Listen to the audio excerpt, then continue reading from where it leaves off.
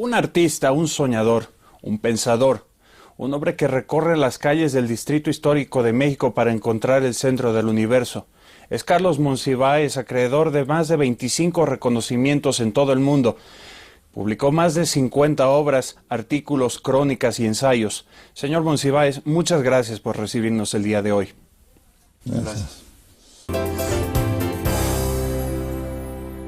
El 4 de mayo de 1938, en la Ciudad de México, nació Carlos Monsiváis Aceves, escritor y periodista que desde muy joven comenzó a adquirir experiencia en el ámbito literario. En sus inicios, este estudiante de las facultades de Economía y de Filosofía y Letras colaboró con los más importantes suplementos culturales y publicaciones de su país. A lo largo de su carrera, Monsiváis se ha dedicado a escribir más de 50 libros y está considerado como el padre de la crónica moderna de México. Aparte de su extensa obra literaria, se desempeñó como editorialista de varios medios de comunicación y dirigió por más de una década el programa radial El Cine y la Crítica. Gracias a su desempeño en el ámbito literario, este intelectual mexicano ha sido reconocido en varias ocasiones con diferentes galardones y distinciones. El escritor Adolfo Castañón, en su ensayo Un hombre llamado Ciudad, lo considera el último escritor público en México, en el sentido en que no solo cualquier mexicano lo ha escuchado o leído, sino que todos podían reconocerlo en la calle. Carlos Monsiváis murió el 19 de junio pasado a causa de una insuficiencia respiratoria. Señor Monsiváis, comencemos esta entrevista con el tema de los intelectuales. Al parecer los mismos ya no están de moda en Latinoamérica. Y si están de moda, ¿cuáles son las figuras más emergentes de acuerdo a su opinión? Bueno, los intelectuales públicos, la categoría así llamada internacionalmente, sí están en, no diré que en un declive, pero sí en una etapa de extinción de los más conocidos. Octavio Paz fue el intelectual público más conocido de México después de Alfonso Reyes, ahora lo es Carlos Fuentes. En cada país hay uno, Borges sobremanera en Argentina, y así Bolívar, Echeverría en Ecuador. En Cuba hay en el exilio varios importantes, Guillermo Cabrera Infante lo fue, dentro ahora hay también escritores, poetas, ensayistas de consideración, pero la importancia que tuvieron ciertamente ha disminuido porque la sustituye y con creces la academia. Los académicos están en todas partes y representan en este momento la sustitución masiva del intelectual público. Y sin embargo, un estudio dice que los mexicanos hablan más de 1.350 millones de malas palabras al día. ¿En dónde queda el español? ¿Qué pasará con el castellano aquí en México? Bueno, las malas palabras, póngale las comillas pertinentes o las obscenidades, aún dobles comillas, han sido siempre el elemento de la confianza, de la cotidianidad, de la agresión, del insulto, de lo que llama el relajo, el relajamiento.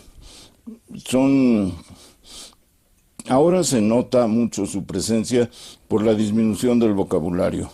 En la medida que se restringe el vocabulario, las malas palabras, vuelvo a insistir en las comillas, brotan naturalmente, a veces como muletillas verbales, a veces simplemente como el reconocimiento del fracaso de las opciones lexicológicas.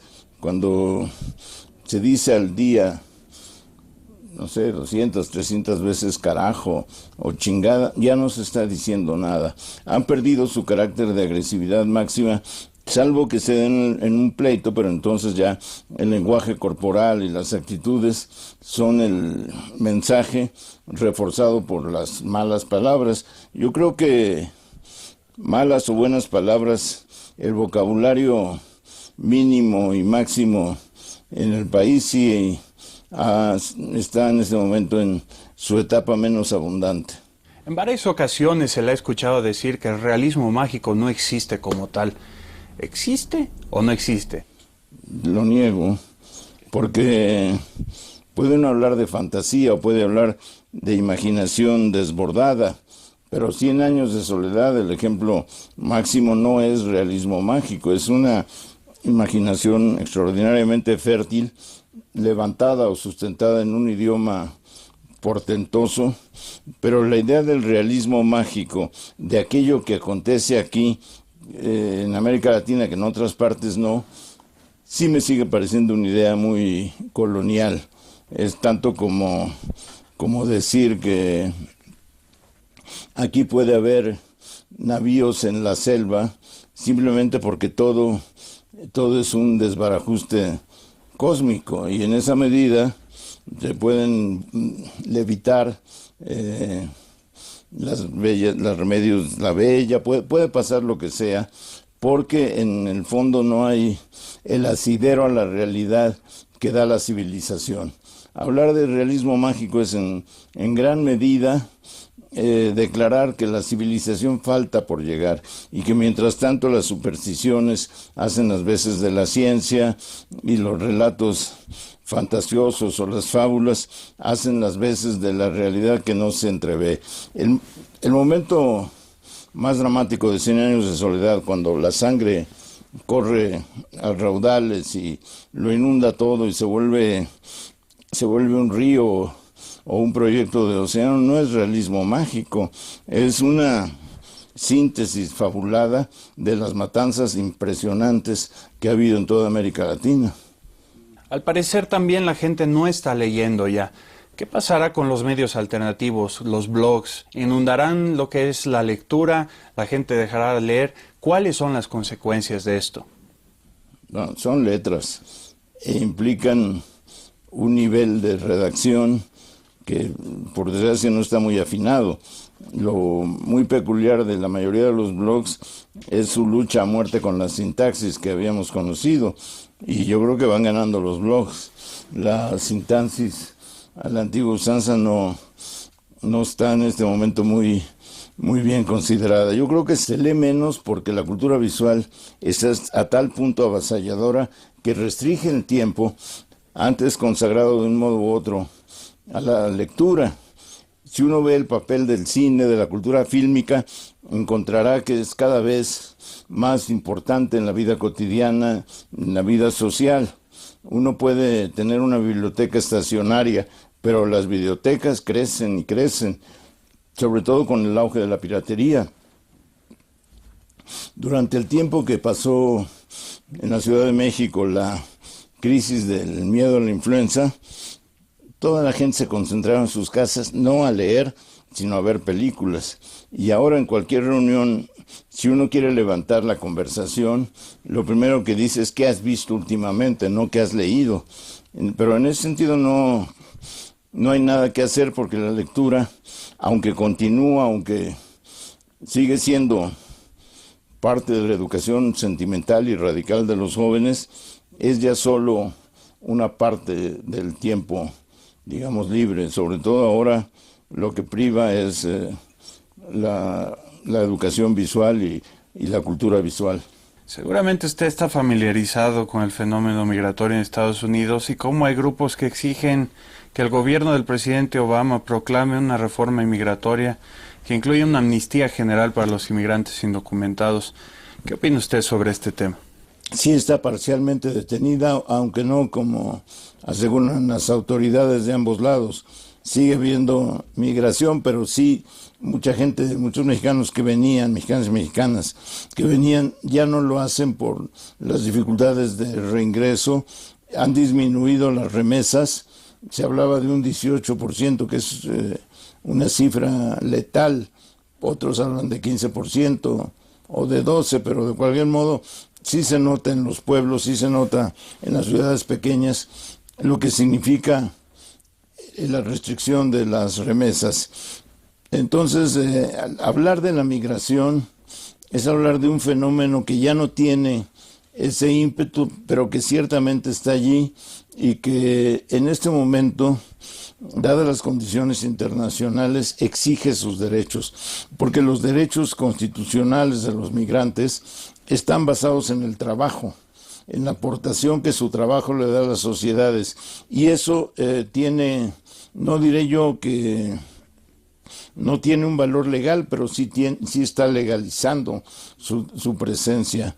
Yo creo que la discusión que tiene que ver también con nos quitan el trabajo, toda la argumentación del caso, que la discusión ahora se centra en las bases legales de las aportaciones del trabajo, y eso ha hecho que se empiecen a organizar o se organicen las comunidades hispanas. Nueva York hace 10 años o 12 años tenía 100,000 migrantes mexicanos, hoy tienen cerca del 1,000,000. Todo eso habla de la incontinencia del flujo migratorio y de fenómenos nuevos que no se alcanzan a distinguir con precisión, pero que tienen que ver con la certidumbre de que los derechos están en el trabajo.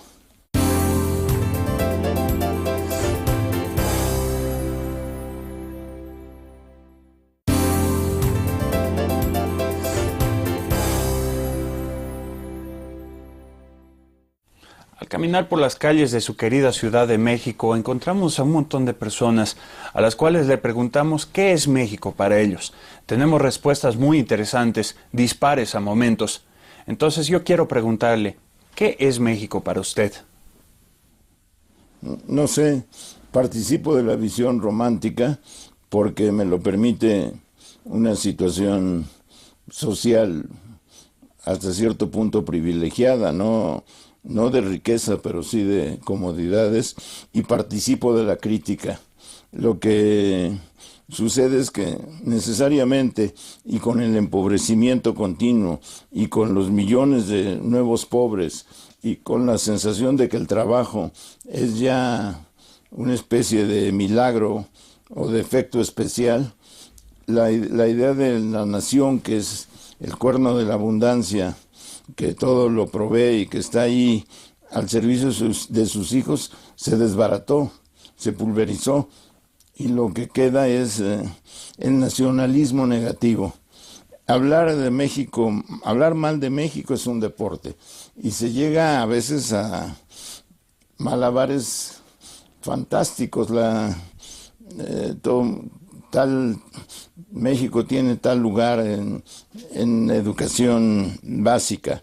En realidad, el concepto de México es tan variado y admite tantos debates que lo que se puede concluir es más o menos lo siguiente: como nación de provisiones y de estímulos y de recursos para la mayoría, es un fracaso. Como historia, como relato de los orígenes que van mutando, como decisión de solidaridad, como la concentración de la nación en pequeños grupos o en sectores, sigue siendo extraordinaria. Pero no hay ya ninguna idea unitaria, ni la puede haber. México es demasiadas cosas, y según la experiencia personal es el horror o es la bienaventuranza o es una mezcla. Lo cierto es que la Ciudad de México, por ejemplo, ya tocó su techo histórico y no puede ir más lejos. La dificultad del tráfico, de la habitación, de la contaminación, del empleo, de la violencia, todo eso crean la anticiudad. Recientemente se celebró en Cancún la reunión de presidentes y mandatarios del Grupo de Río. En ella concluyeron la intención de poder crear un organismo que sea independiente de Estados Unidos y Canadá. ¿Usted cree que se podrá lograr un bloque regional y qué obstáculos encontrará este propósito? El principal obstáculo es la decisión de los grandes empresarios de que tienen que estar absolutamente ceñidos, unidos al modelo estadounidense, y que no se pueden dar el lujo de participar en un bloque latinoamericano. Estos son los grandes empresarios de Argentina o de Chile o desde luego de México. Pero yo creo que es necesario esta unión de los países latinoamericanos.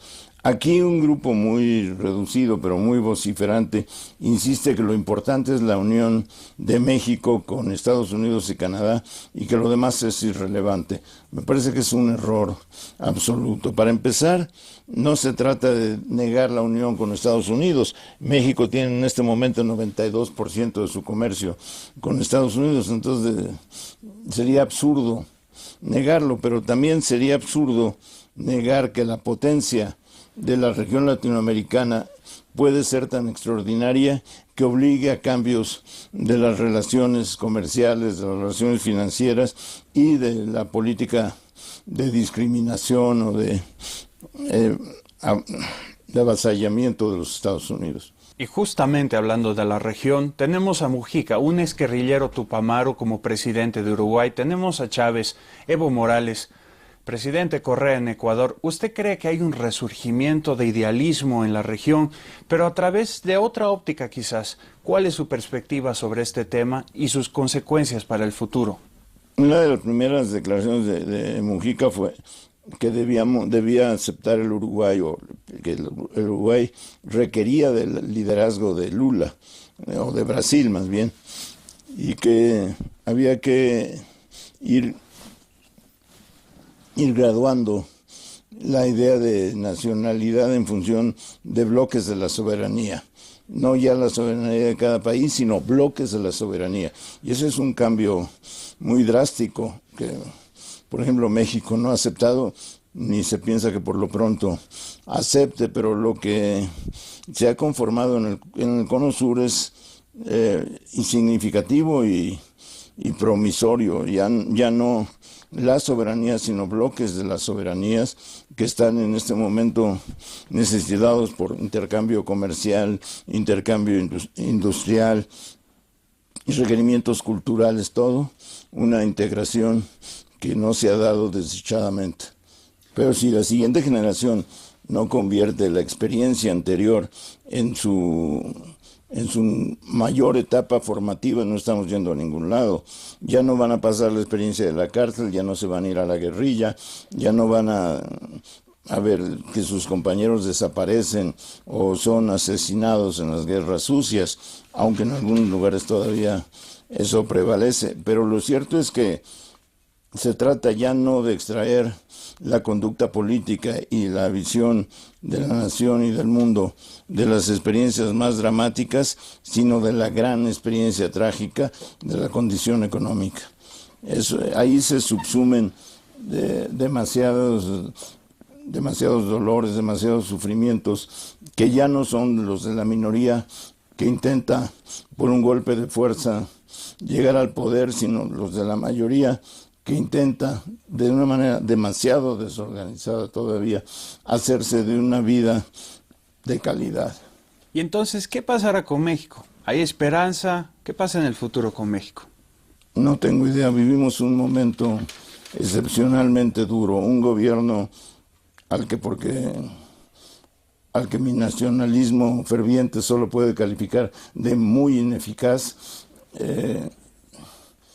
Si no fuera tan nacionalista, mi crítica sería mayor.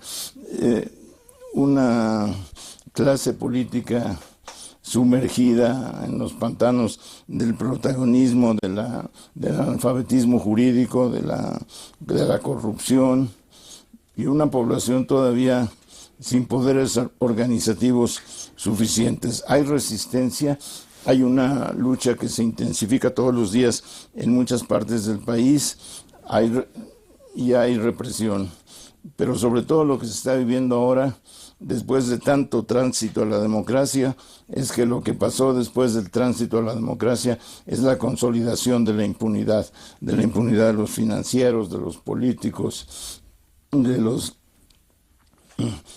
ecocidas.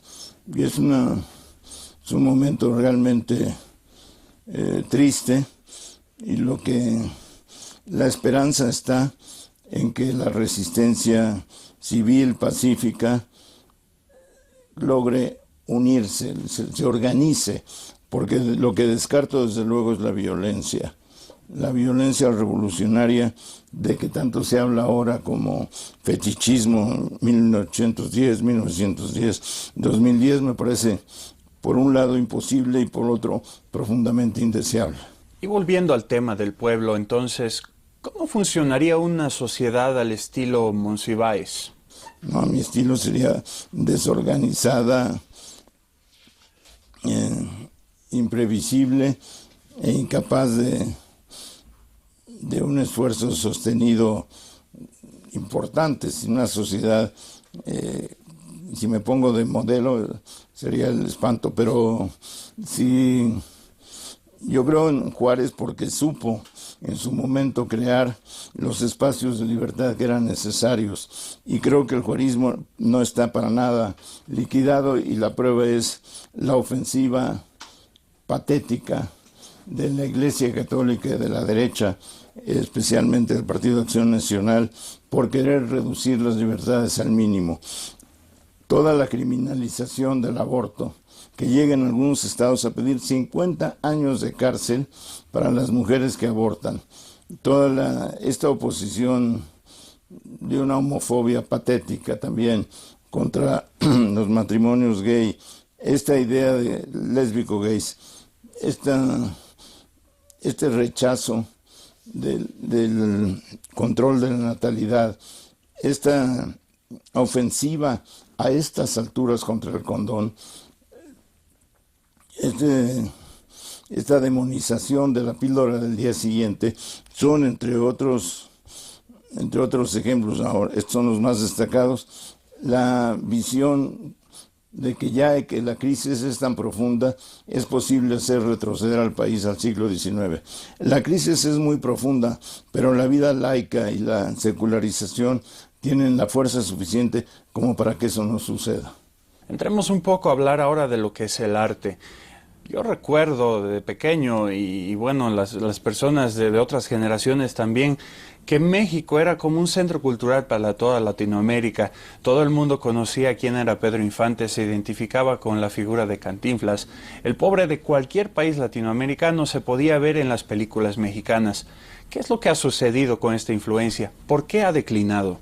El cine mexicano ya no podía continuar en la idea de explotar la nacionalidad y de hacer de la mexicanidad una suerte de producto embotellado. Eso ya dio de sí, produjo cosas magníficas, produjo cosas muy, muy horrendas, pero ya no podía continuar. Lo que hay ahora es una exploración sobre todo de dos temas, la Ciudad de México y la migración. Entre los dos temas se desarrolla, en estos dos temas y lo que está en medio se desarrolla el cine mexicano. No hay ya un público fiel, adherido a las producciones. Lo que hay es el público que cada película va creando, de Amores Perros y Tu Mamá también, a lo que está ahora. Entonces no es un cine nacional a la antigua usanza, es un cine de creadores que tienen la idea de representar la tragedia mexicana sobre todo. En ese sentido no creo que se pueda hablar de cine mexicano en Estados Unidos, porque si no sería como decir que una película, que Chinatown de Polanski es cine polaco, lo que no tiene mucho sentido, pero sí creo que los cineastas mexicanos tienen la suficiente madurez ahora y el conocimiento fílmico ya como parte de la cultura general a la que pertenecen, que lo que se podrá ver es una exploración sobre todo de la descomposición o la ruptura del tejido social. Exacto. Pongámonos un poco metafísicos ahora, señor Monsiváis. Usted menciona el Aleph, el centro del universo, que puede ser encontrado en el centro histórico de México. ¿Hay otros Alephs? ¿Cómo usted encontró esto y qué le mostró? Encontré al Aleph porque vuelvo a él, me concentro, me anego, me entrego a sus potencias, y creo que ahí en esa fuerza de lo